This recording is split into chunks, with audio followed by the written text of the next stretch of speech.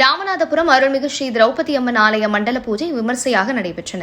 முன்னதாக கும்ப ஜெபம் கணபதி ஹோமம் ஆரம்பிக்கப்பட்டு ஹோமத்தில் ஹோமப் பொருட்கள் போடப்பட்டு பின்னர் புனித நீரடங்கிய கடத்தை வேத விற்பனர்கள் மந்திரம் முழங்க தலையில் சுமந்து ஆலயத்தை 3 முறை வலம் வந்த பின் அருள்மிகு ஸ்ரீ திரௌபதி அம்மன் பரிவார தெய்வங்களுக்கு அபிஷேகம் செய்யப்பட்டு பால், தயிர், சந்தனம் என 16 வகை அபிஷேகத்திற்கு பின் சிறப்பு அலங்காரம் செய்யப்பட்டு தீபாராதனைக்கு பின் அனைவருக்கும் பிரசாதம் வழங்கப்பட்டன.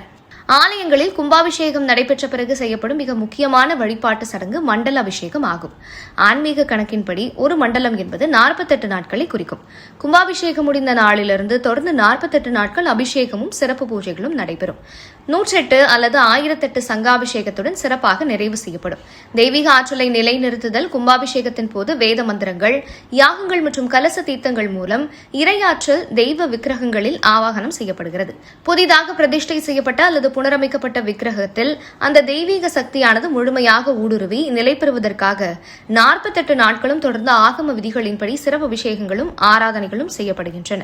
48 நாட்களும் தினமும் பால், தயிர், சந்தனம், இளநீர், மூலிகை தீர்த்தங்கள் போன்ற பல்வேறு திரவியங்களால் அபிஷேகம் நடத்தப்படும். தொடர்ந்து செய்யப்படும் இந்த மந்திர உச்சாடனங்களாலும் அபிஷேகங்களாலும் மூலவர் விக்கிரகம் அதிர்வலைகளை ஈர்த்து சக்திமிக்க மையமாக மாறுகிறது.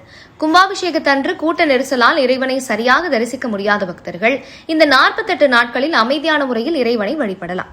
மண்டல அபிஷேக காலத்தில் இறைவனை தரிசிப்பதும் அபிஷேக பொருட்களையும் வழிபாட்டு பொருட்களையும் தானமாக அளிப்பதும் கோடி புண்ணியத்தை தரும் என்பதும் குடும்பத்தில் அமைதியும் செல்வமும் பெருகும் என்பது நம்பிக்கை. மூலவர் சிலையை பதப்படுத்துதல் அறிவியல் ரீதியாக புதிதாக அமைக்கப்பட்ட கல் சிலை அல்லது மருந்து சாத்தப்பட்ட பீடம் முழுமையாக பலம் பெறவும் அதில் விரிசல்கள் ஏதும் ஏற்படாமல் நிலைத்து நிற்கவும் தொடர்ந்து செய்யப்படும் நீர் மற்றும் எண்ணெய் அபிஷேகங்கள் ஒரு பதப்படுத்தும் வேலையை செய்கின்றன.